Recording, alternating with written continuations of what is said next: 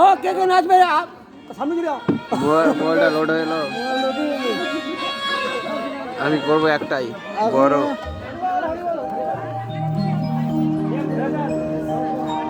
মধুময় বৃন্দাবন উপনীত হয়ে আসছে মধুময় বৃন্দাবন লীলা, মধুময় বৃন্দাবন রাধা শারদা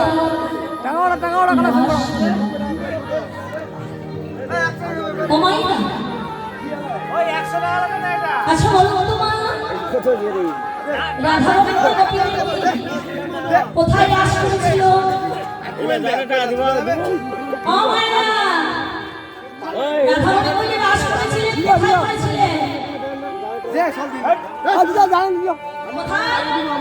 মালা মালা মালা তুমি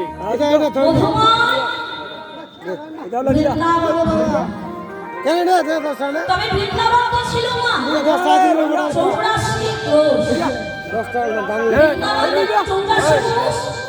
আমাদের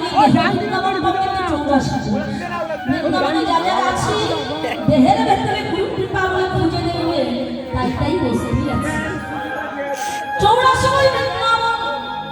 এই বৃন্দাবন জুড়ে তো আর ভগবান করেনি রাসলীলা, 84 বস্তু আর একটু জায়গা না, অনেক। তাহলে ভগবানের রাস করবার মতো একটা নির্দিষ্ট জায়গা ছিল। এই বৃন্দাবনের মাঝে ছিল একটা গুপ্ত বৃন্দাবন।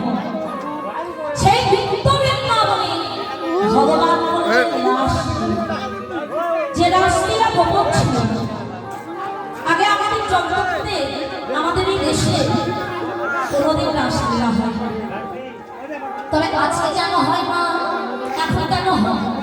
এই রাসলীলাটি প্রকাশ্যে আনা হয়েছে বলে আজকাল আমাদের গ্রামে এই রাসলীলাটি প্রকাশ্যে এনেছিল। কিনা রাসলীলা তত্ত্ব একটু জানতে হবে বা শুনতে হবে, শুধু নাচ দেখলেই হবে না, গান শুনলেই হবে না, তত্ত্বগুলো শুনতে হবে, বুঝতে হবে। কারণ আমরা যদি রাসতত্ত্ব না বলি, সরাসরি রাসে প্রবেশ করি, তাহলে মা আমরা আগাও বুঝবো না, মাথাও বুঝবো না, বুঝবো শুধু কীর্তনিয়ার নাচ।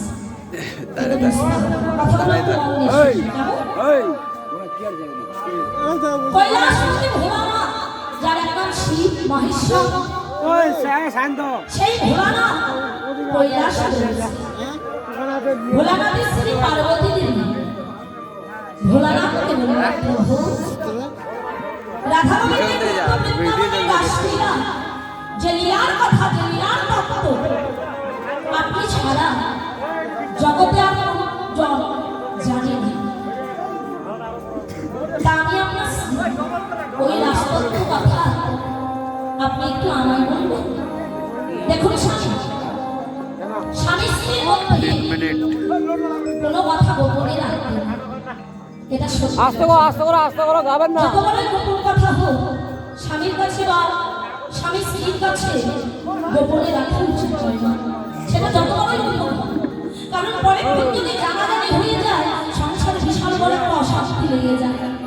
তাই আগেই লোকের কাছে শোনার চাইতে নিজের